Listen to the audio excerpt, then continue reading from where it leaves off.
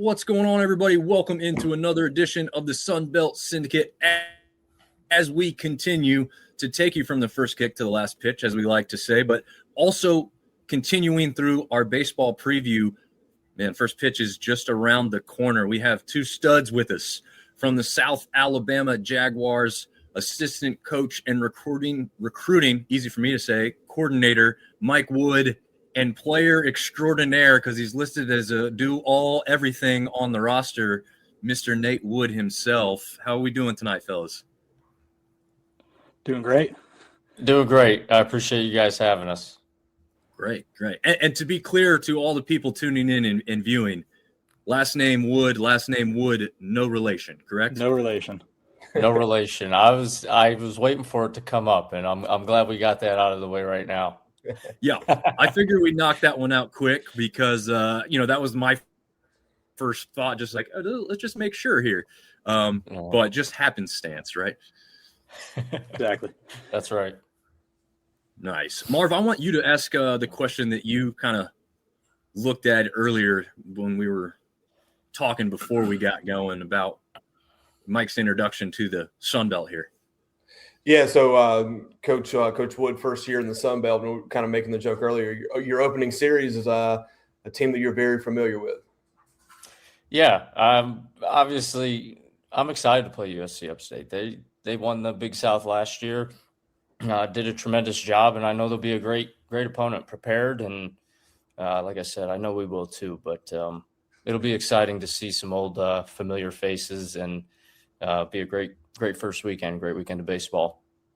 And now, Coach, you said earlier that, in the last 8 years you've been coaching baseball, Sunbelt Conference has kind of been one of the ones that you've kept up with. And now that you're in the conference, just talk about the quality of play that you're expecting to see. Obviously, we've been talking on every podcast, 21 draft picks out of the Sunbelt last year, 11 in the first 9 rounds. And then Nate, kind of follow up since you've been in the Sunbelt for a couple of years. But what are you most excited about seeing, and what do you expect to see as far as quality of play? For me, top to bottom, I mean, there's no weekends off, and if you're a competitor, that's what you're looking for. You want to play against the best. So super excited. Just like I said, there's no weekends off. You got draft picks all over the field, both sides, and like I said, when you're competing, that's kind of what you're looking for in a league, is to be able to play against the best and prove yourself. Yeah, Woody said it best right there. Coach Wood said it best right there. Being in the league the last 2 years, it's real. There's no weekends off. It is great competition, and we play outside of our conference, midweeks and preseason. And it's like when you get to conference, it's a gauntlet. Like there's no weekends off. It's been eye-opening for me being from the West Coast. I never really followed Sunbelt baseball like this, but I really do think it's top 4 conference, power 4 conference in baseball, to be honest. And it's incredible. It's good competition. It's awesome. You never really know these days what power what. I don't know what to call it anymore. Exactly. So I'll let everybody else determine what power it is. I can tell you, when you look up and down the projected draft boards for this upcoming year's draft, there's a lot of Sunbelt players on there. And at the end of the day, that's what we hope, is we're able to provide a place and the competition necessary to get to that level, which you can't do it at some leagues. And the Sunbelt has proven over the past few years, for sure, to provide that opportunity that, man, you perform here, you don't have you're not just somebody who might be 18th, 19th, 20th round pick or free agent sign. You perform here, you can go number 1 overall. You can be a first rounder. And that's the exciting thing. And it's like that from, like I said, the top of the league down. There's going to be a lot of draft picks. So like I said, call it whatever power you want. The Sunbelt is one of the best leagues in the country, no doubt. Yeah, Dom, you got a little saying that you like to say around here. This ain't a mid-major conference in baseball by any stretch of the imagination. I want to follow Coach on that. The fact that the Sun Belt has historically put a ton of guys in the league, and like you said, you look top to bottom. There's top 10 round talent everywhere you go. How does that help you in recruiting to be able to tell a kid like, hey, you come here and you show out, you're going to get a chance, and also just kind of from the competition aspect, like there's a lot of arms in this league that are probably going to hopefully make it to the show one day. What does that do for you when recruiting, when you're walking in and talking to a kid? Obviously, from the draft perspective, it helps. I think one of the most exciting things for me that I've been able to talk to recruits about is the postseason. This isn't a league where you have to win the league to end up in a regional. There's at-large bids, and in that, and saying that, obviously, our goal is to win the Sun Belt regular season, win the conference championship, and get a bid, an automatic bid. But I think for me, from the recruiting aspect, is like, man, this is a league where you can, take your lumps during the regular season, during the conference season, and still be a really good team, a formidable opponent that's going to go in and expect to compete in a regional and potentially a super regional to go to Omaha. So, you're talking to the right player, the winning player, which is what we want here at South Alabama, is that winning baseball player.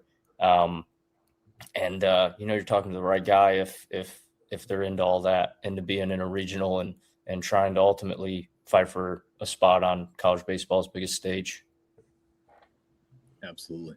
Yeah, I feel like last year, I think most people would consider the Sun Belt overall before the tournament started to be having a down year, right? We only had 2 teams get to the postseason. They did so very successfully. And then obviously Coastal gets all the way to the national championship, but we're used to being 3, 4, on the outskirt of looking at 5. And again, with the La Tech edition coming, maybe we start seeing 5 and 6 kind of more regularly.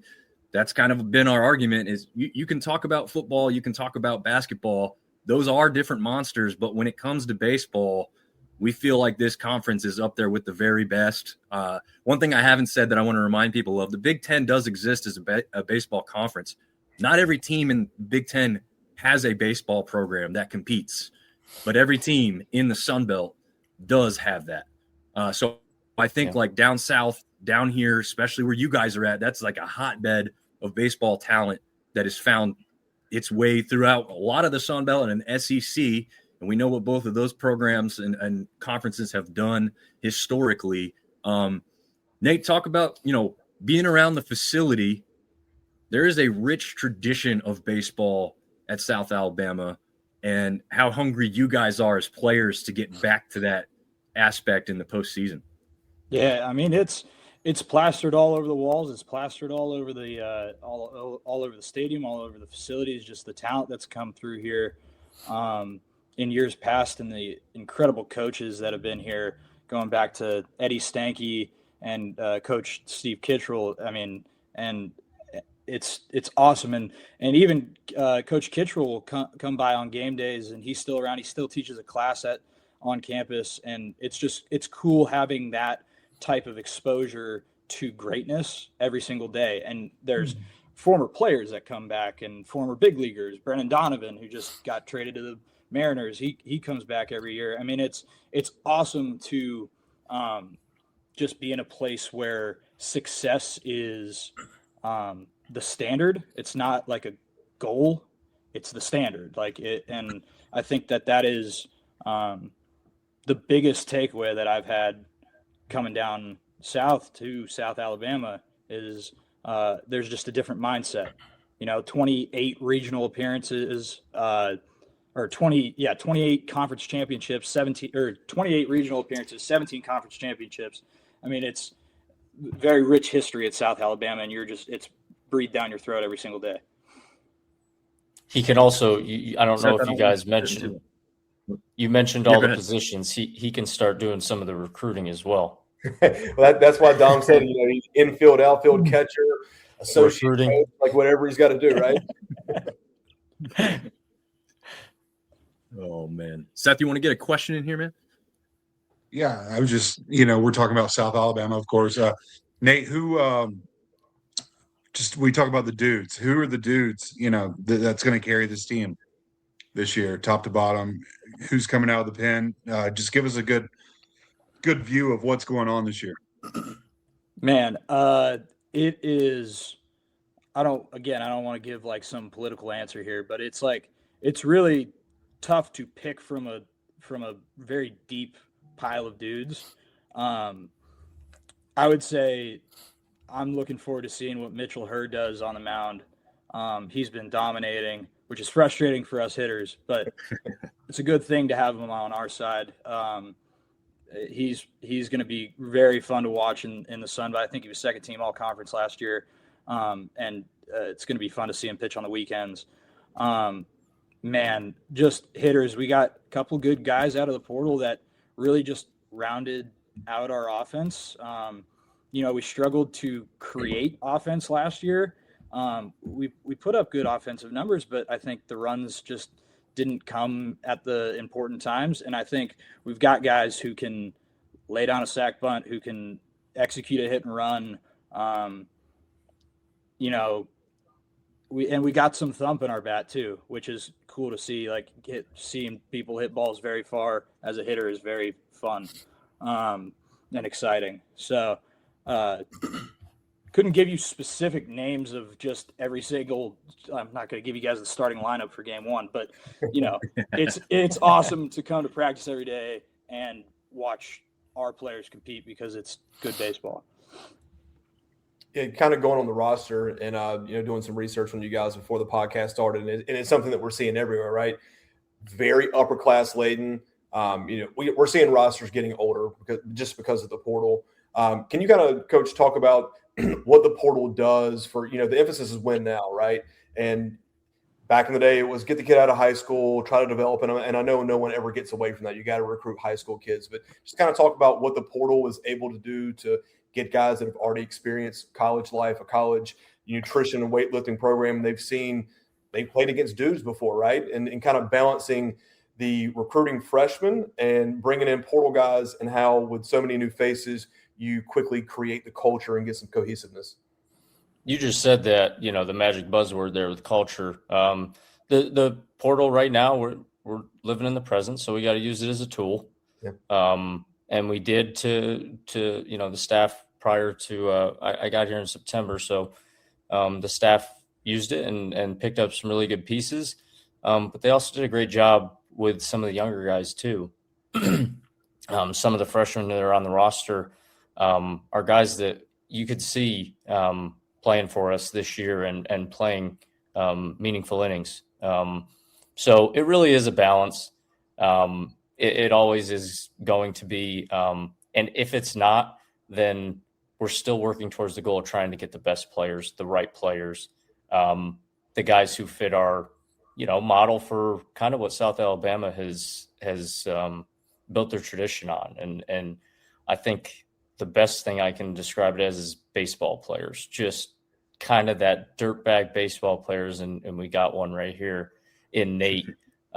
He knows I love him and this isn't a knock, but he's not going to be the guy that's going to jump off jump on a radar at a showcase, maybe, with burning numbers and all these great metrics. But what he does have is something that, I think we all can agree, we've been around the game, that is kind of, we're losing a little bit. And that's those instincts, the baseball savvy. And you watch some of those South Alabama teams that were in the regional, I believe it was 21, and beating up on, some really good teams, SEC and ACC teams. Those aren't the most physical guys either that, I went back and watched that game on wheels, a million times now since I've been here. And, but they're savvy baseball players who just seem to get the big hit at the right time, like kind of Nate said. So that's what we're looking for. As a recruiting coordinator, I of course have a plan, in terms of kind of what we're looking to do, in terms of roster construction. But at the end of the day, man, like, I'm just being upfront and honest. We're going to try to find the best player, whether it comes from junior college, whether it comes from high school, or the transfer portal. I believe we're able to do that because we have such a strong culture set by Mark Calvi, our head coach, and he's just done an amazing job. And when I think widely respected across college baseball for that exact word, culture. He has an outstanding culture here. Nate, can you kind of talk about that from a player's perspective, right? Like, so you transfer in new faces every year. How does the clubhouse come together, right? You got new guys. How do you, as someone that's been there for a little while, bring the freshmen along and say, hey, this is what South Alabama baseball is about, or bring the guy that transferred in and say, hey, this is the expectation here? Well, you just said it. It's new faces every year. So it's really a year-by-year basis in the current – or it's a year-by-year thing in this current, like, college baseball world. You got people moving in and moving out, and it is – I would say I probably wasn't prepared for that coming in, but I was the new guy coming in, so I didn't really have to take anybody under my wing. I was the guy getting taken under somebody else's wing. But now that I'm older, I just turned 23 like 5 days ago, so I'm old for college baseball. But it is awesome to get to like give back to the younger guys, especially the freshmen. I mean, like, I got redshirted at my junior college, not for medical reasons, just because I wasn't good enough to play.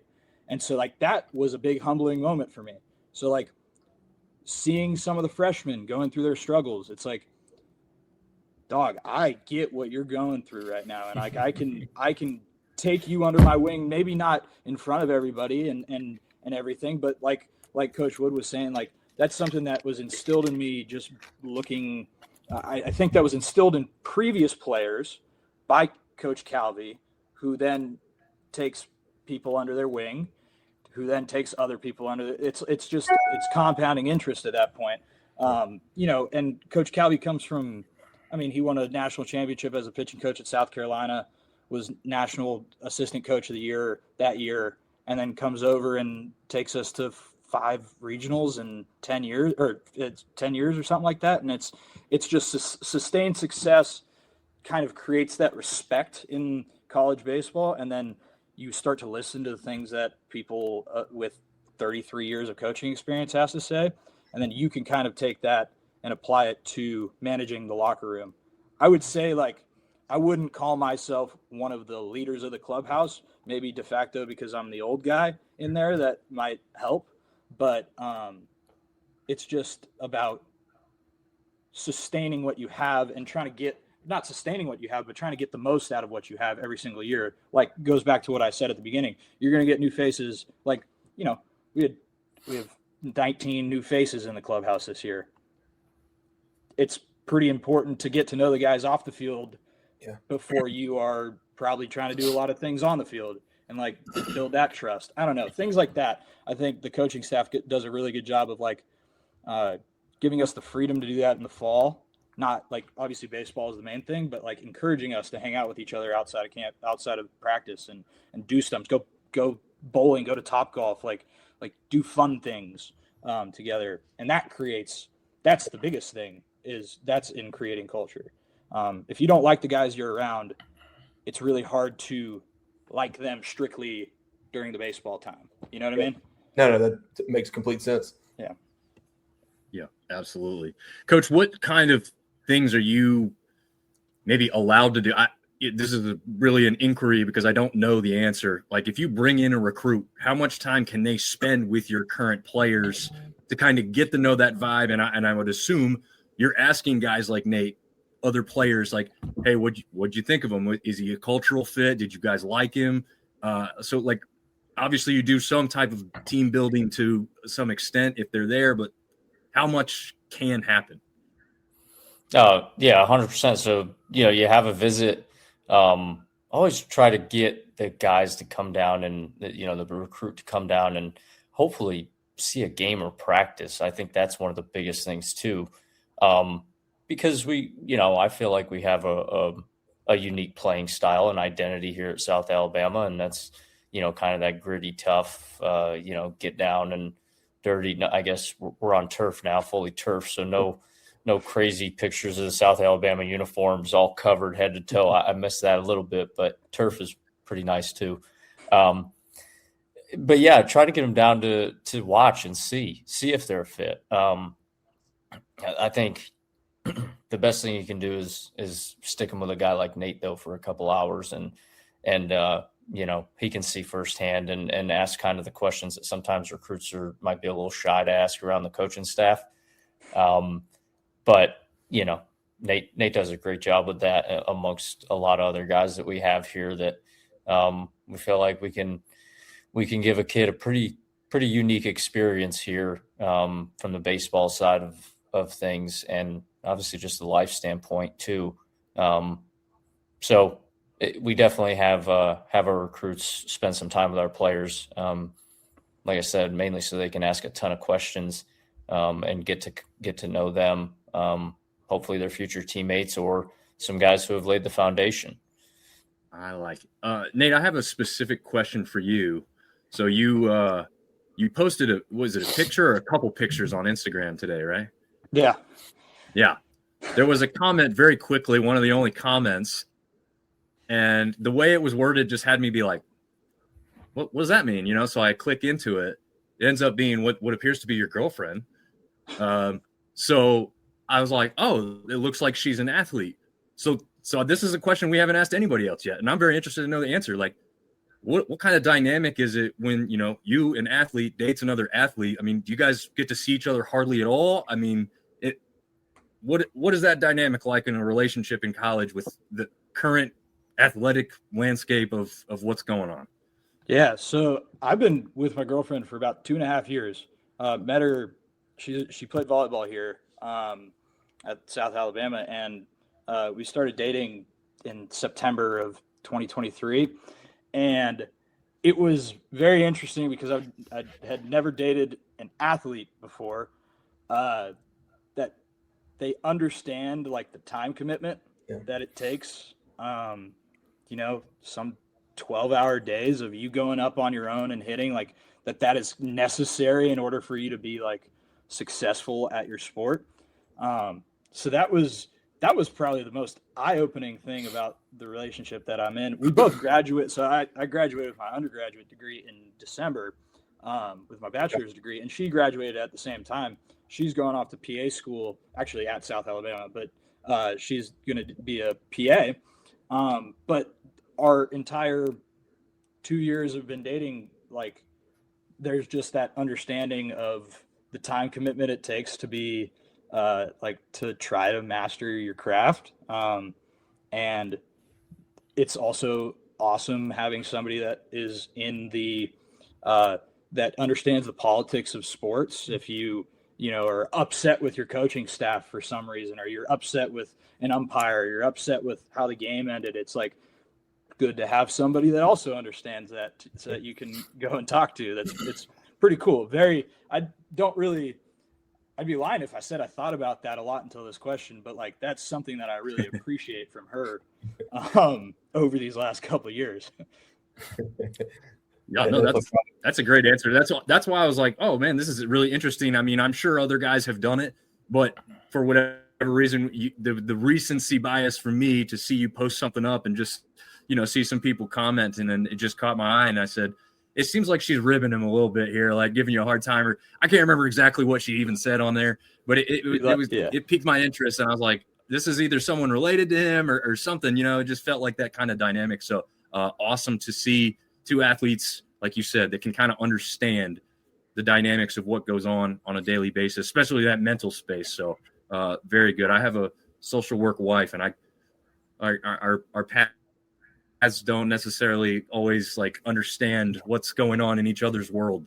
So that's a little difficult, but for you guys, that seems to be a great thing. Yeah, it's awesome. I say we dig into the season a little bit. Yeah, pull that out of conference schedule. It's obviously every series matters, every game matters. So the question we've been asking is there a team or a series that pops off the page that you're interested in because of who it is, where you're going to play, the travel, the food in the area, or maybe there's some history there? Is there anything that kind of pops off the page where you're like, yeah, I've had that series circled and I can't wait to play that team? I'll go. Man, the La Tech series, I think for me, and I don't know if this is boring or not, but they're going to join the league, and I mean, for me, I think it's a great taste, like a good kind of measuring stick, like to see we're about to face a team that's going to be in our league next year. We'll be directly competing against. I think that one definitely jumps out. New Orleans, I know we've had some battles with in the past, historically South Alabama. And, I think I'm looking at it right now, like in live time. This might be the first time that I have looked at the schedule.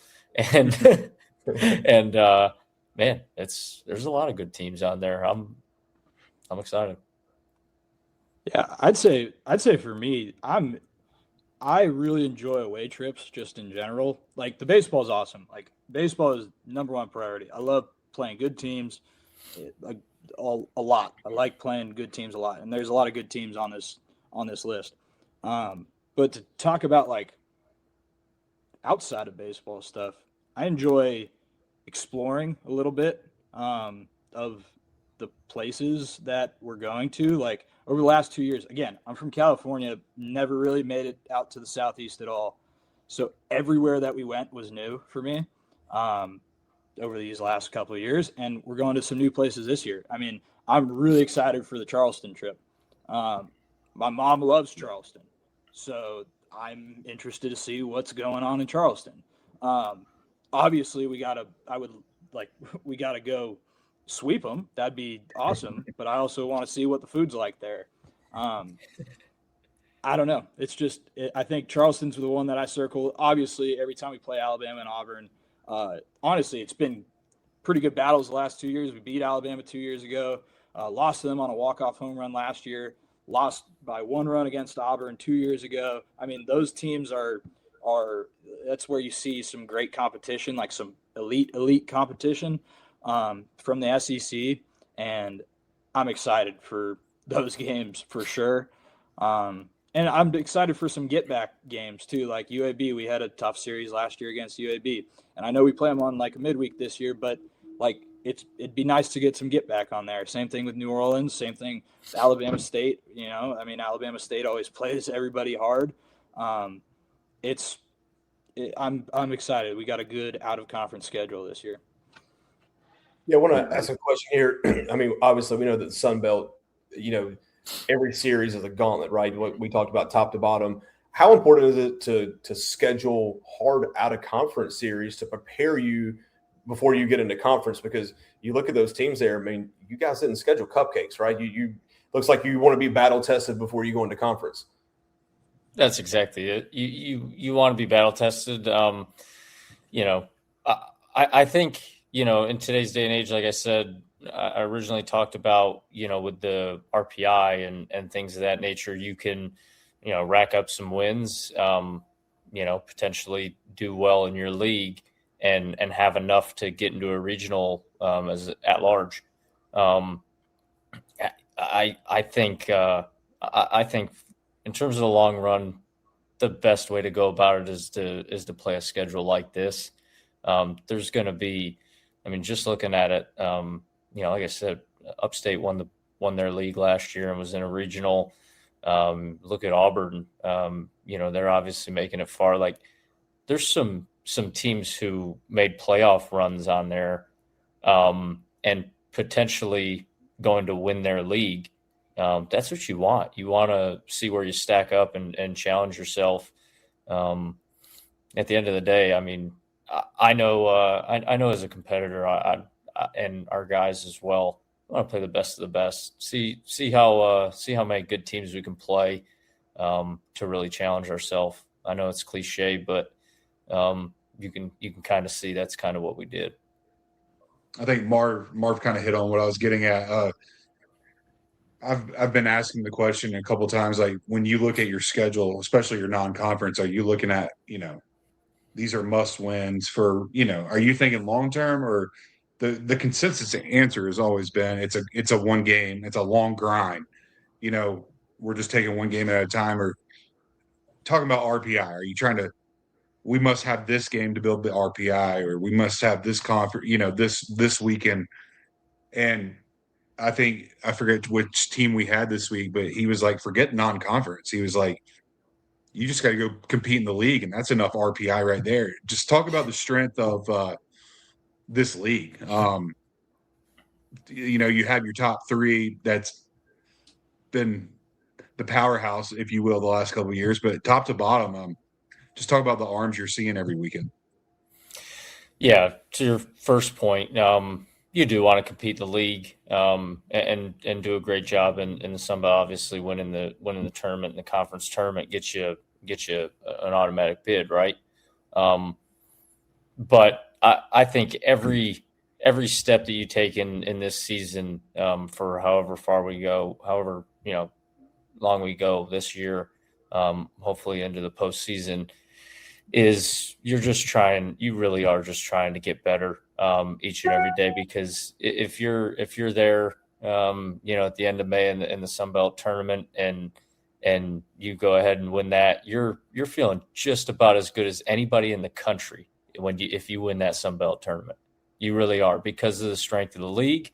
And like I said, you're just beating some good teams who are going to make it to the postseason. And you saw it last year. The team ends up, going to Omaha and playing for a national championship. So if you almost feel like out of all the teams in the Sun Belt, well, if you can do that, then shoot, at that point, you're 5 wins away from being in Omaha, and you're feeling pretty good because you beat a lot of really good teams to get there.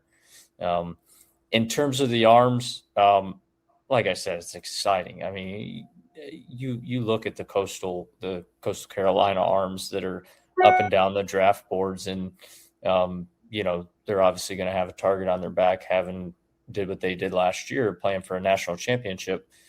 Well, shoot, man, like I said, if you're a true competitor, which I know we have a bunch up and down that locker room here at South, you're looking forward to that challenge, and you better be ready for every other team in the league, because the guy they roll out on Friday, Saturday, and Sunday are going to be pretty darn good as well.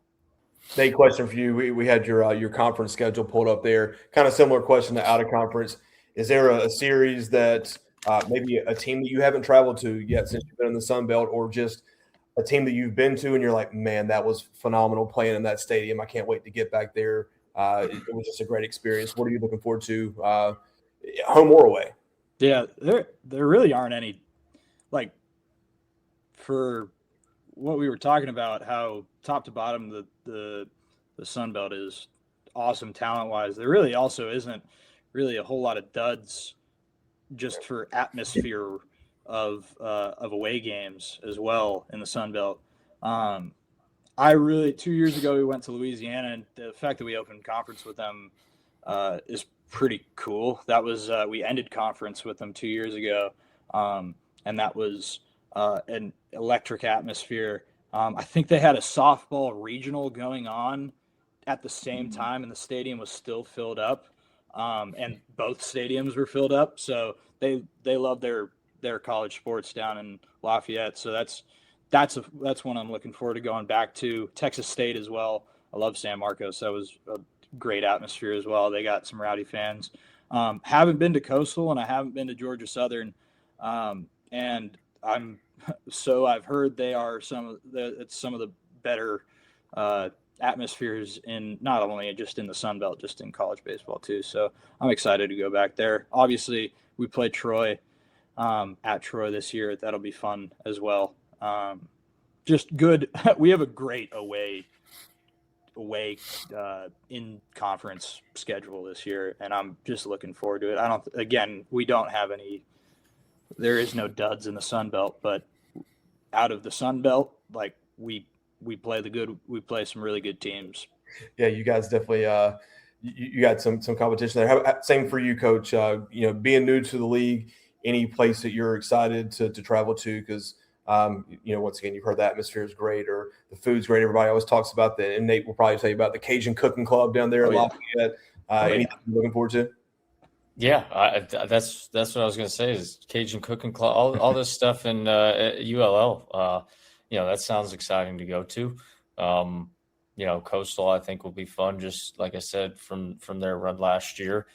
Yeah, man, I'm just excited to get underway in obviously to start the season, but in the league, it's going to be great growing up, and you're watching a lot of Sunbelt games, and any chance, even the last 8 years, I would want to turn on South Alabama games, and that really is the truth.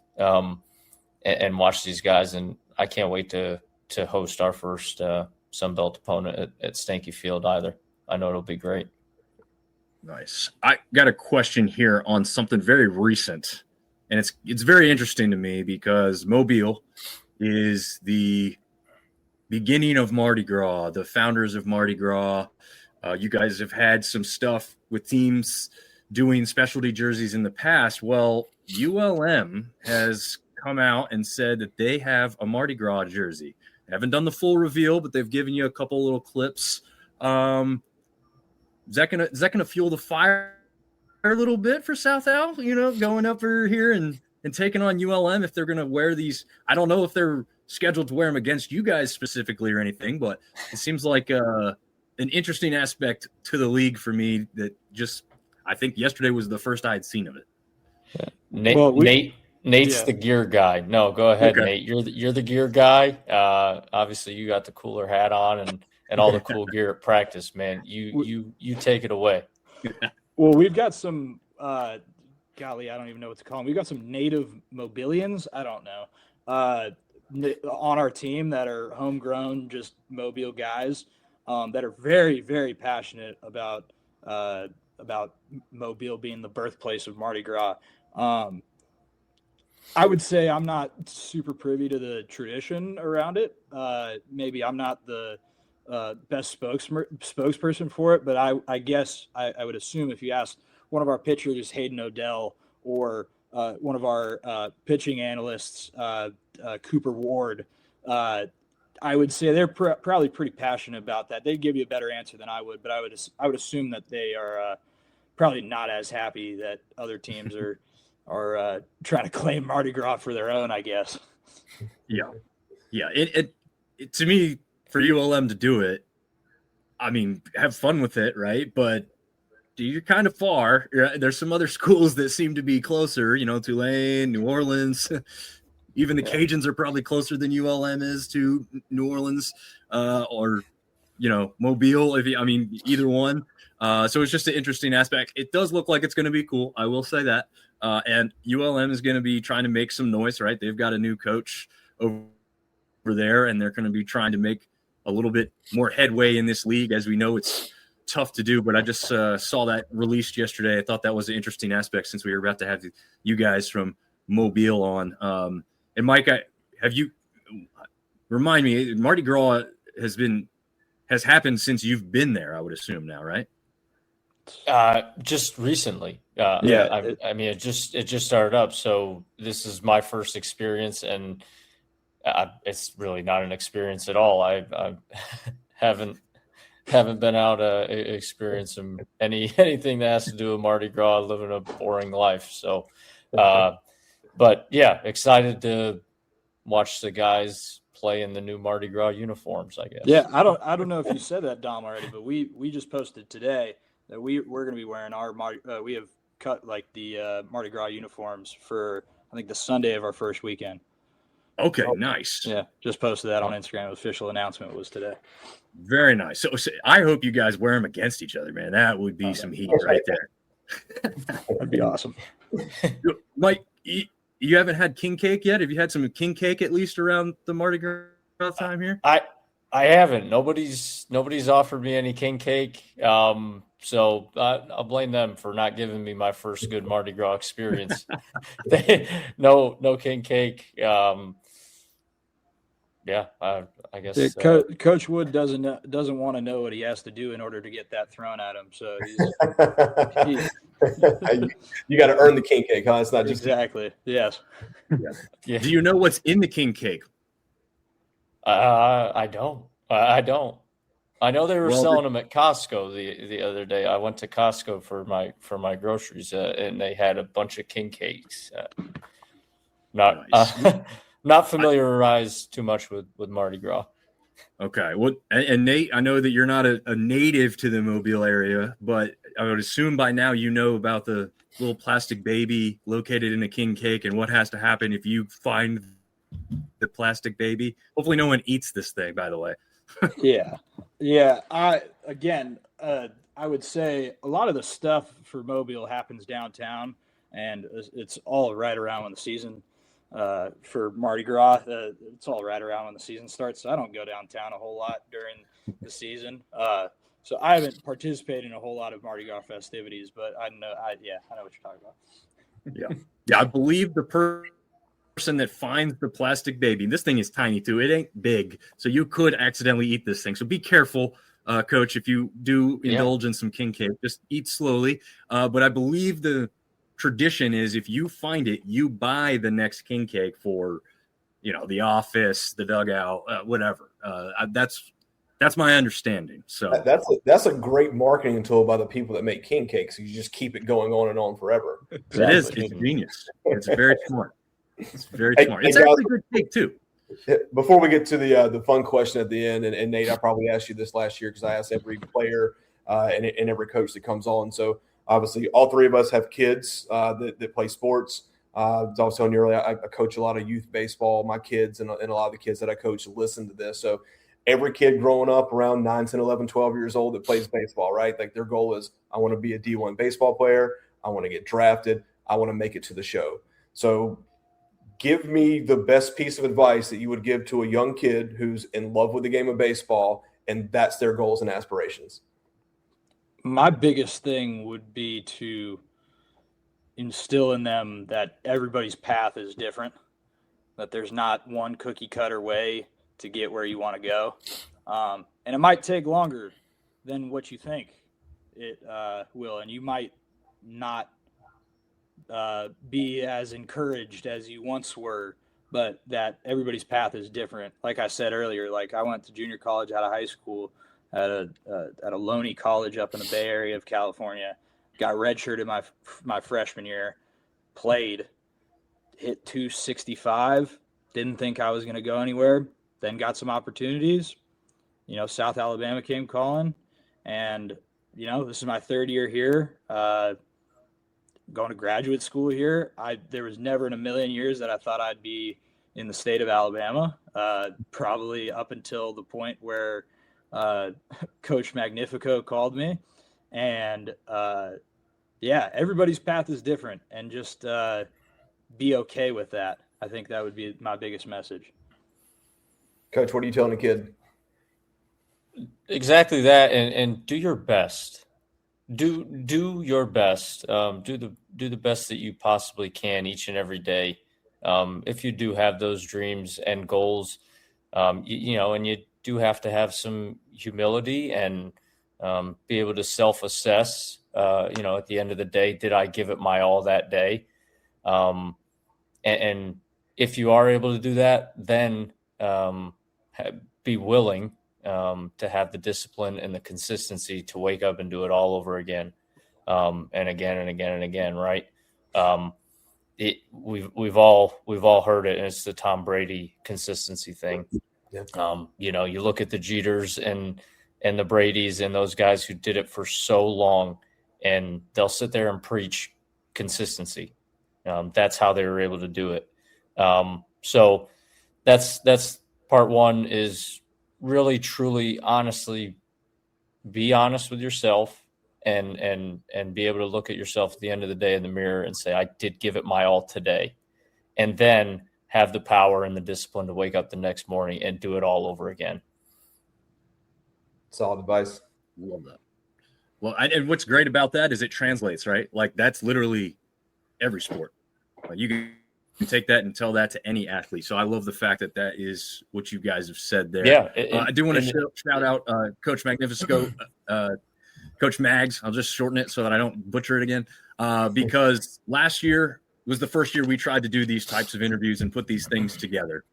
And until we ran across him, we were getting stalemated at just about every corner. And so he did the outreach for us to vouch for us and have gotten this to the point where we do get more responses, and we are getting more people to agree to do these things, which is fun. I think it's really fun to find out more about South Alabama, get to hear from you guys, a new coach to the league here in Coach Mike Wood. So, I mean, it's a really fun thing for us to do. We definitely continue to reach out and try and make all 14 happen. We'll see if it happens. But I do want to also thank Coach Mags for what he did for us last year, and obviously everyone who's participated so far this year. Really appreciate your time. Okay, the last question we gave you warning about. Nate, you are a utility knife on the roster. You are a man of many skills, so I'm going to have you go first. We'll have Coach go second. The Winter Olympics are also right around the corner. Just before your season starts, they're going to go live here. I think literally tomorrow is the opening ceremonies. If you could or would want to participate in a sport or discipline within the Winter Olympics, which one would you pick and why?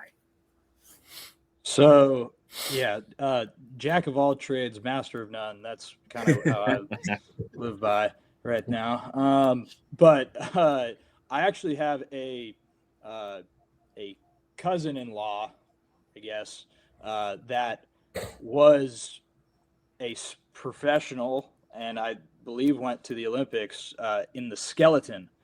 And it's very impressive. Shout out. He's got a podcast, Bring the Juice podcast. He's out in San Francisco doing the Super Bowl media row right now. Shout out him. And I would say skeleton. That'd be cool. I think it'd be incredibly scary, but that's super cool. And I have so much respect for everybody who does skeleton, luge, even bobsled. I mean, like that, you're going so fast with not a whole lot of control. So I would say skeleton would be something that I would like to try. Yeah, going head on an ice tunnel at 90 miles per hour. Yeah. I wonder how did that come about? Who tried that first? I'm going to say it was some well intoxicated Canadian was like, let's try this out real quick. Probably. That sounds about right. Yep. I'm thinking so. Yeah. I just wanted to mention that, Marv, for those that are just listening to the audio version of this, the skeleton, you do go head first. Luge is feet first. I would, I'm a risk taker. I like to have fun and you do these amusement park type rides. I still think luge would be what I picked because I'd feel safer. But I don't know. Skeleton, you see what's coming faster, I guess. You're not having to look over your toes. So, Coach, what are you thinking here? I'm going to go ice hockey. This was pretty easy for me. Ice hockey, the Miracle documentary just came out. I could watch the original Miracle movie over a million times. I could watch that once a week. It's great. So yeah, I'm going Team USA. I'm going hockey. No brainer. Yeah, actually, nice. Our coach, our coach at the end of this practice today, we had a great practice today, and usually at the end of great practices, he's telling us all the things we did good, things we need to work on. Today he was like, "Hey, go watch the documentary, the 1980 U.S. hockey team documentary. It's incredible." So, and then he said, "Break it down. Let's get out of here." That's awesome. That's the second recommendation that I've personally heard about within 2 days. So it must be pretty darn good. I got off the ice earlier myself tonight because my son is playing hockey, and I grew up playing some hockey. Coach, did you ever play hockey, or is this just what you would pick because of you liking the movie and the history of it?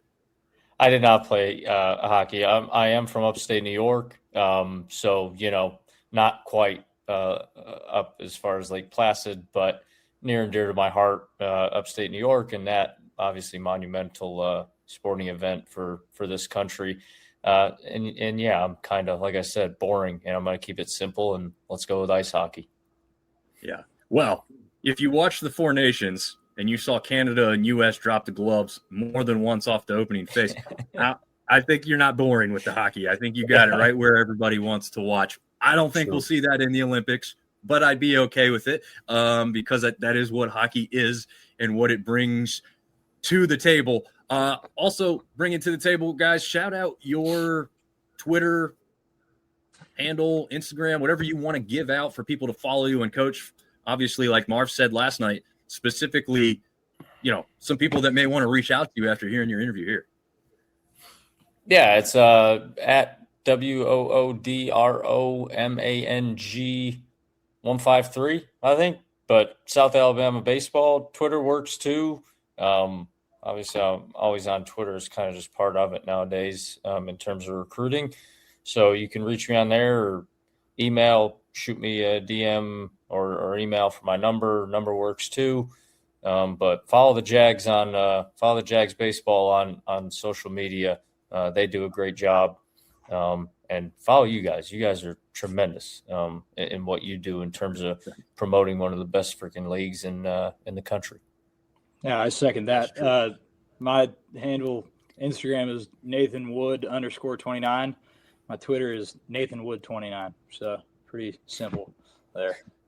Hey, Coach, I got a follow-up question because Coach Britt from App State made a joke last night talking about the amount of DMs a recruiting coordinator gets from high school kids that want to get recruited. He said, I feel like I need to give a master class on how to send a recruiting message. I don't need your T-ball bio.